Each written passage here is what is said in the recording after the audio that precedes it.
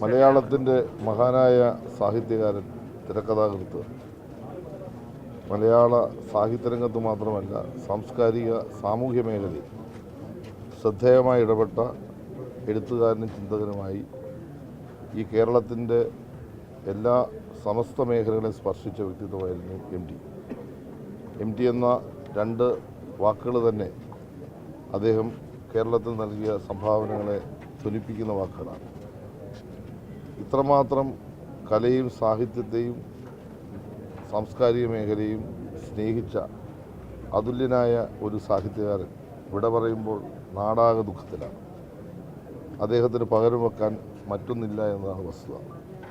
സാംസ്കാരിക വകുപ്പിനെ സംബന്ധിച്ചിടത്തോളം എം ടിയുടെ നവതി ആഘോഷത്തിൽ പ്രത്യേകമായി മുൻകൈ എടുത്തുകൊണ്ട് തന്നെ തുഞ്ചൻപറമ്പിൽ നടത്തിയ വലിയൊരു സമ്മേളനം കേരളത്തിൻ്റെ പ്രിയപ്പെട്ട മുഖ്യമന്ത്രി ഉദ്ഘാടനം ചെയ്യും.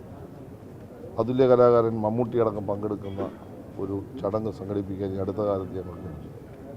അതുകൂടാതെ തന്നെ സൂര്യകൃഷ്ണമൂർത്തി മുൻകൈ എടുത്തുകൊണ്ട് സാംസ്കാരിക വകുപ്പിൻ്റെ നേതൃത്വത്തിൽ എം ടിയുടെ ജീവിതം രേഖപ്പെടുത്തുന്ന ഒരു നാടകം അത് തയ്യാറാക്കി അദ്ദേഹത്തെ തന്നെ നേരിട്ട് അദ്ദേഹത്തിന് മുമ്പിൽ അവതരിപ്പിക്കാനും അതൊരു അംഗീകാരം അദ്ദേഹത്തിന് നൽകാനും ഗവൺമെൻറ്റിനും വകുപ്പിനും കഴിഞ്ഞു എന്നതും ശ്രദ്ധേയമാണ്.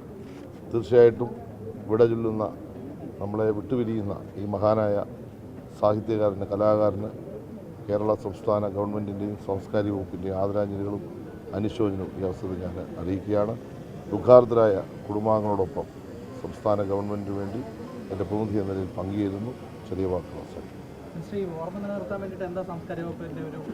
തീർച്ചയായിട്ടും എം ഡിയുടെ ഓർമ്മകൾ നിലനിർത്തേണ്ടതും പുതിയ തലമുറയ്ക്ക് എം ഡി എന്തായിരുന്നു എന്ന് പഠിപ്പിക്കേണ്ടതിൻ്റേതായ ഉത്തരവാദിത്വം അത് പാലിക്കപ്പെടേണ്ടതാണ്.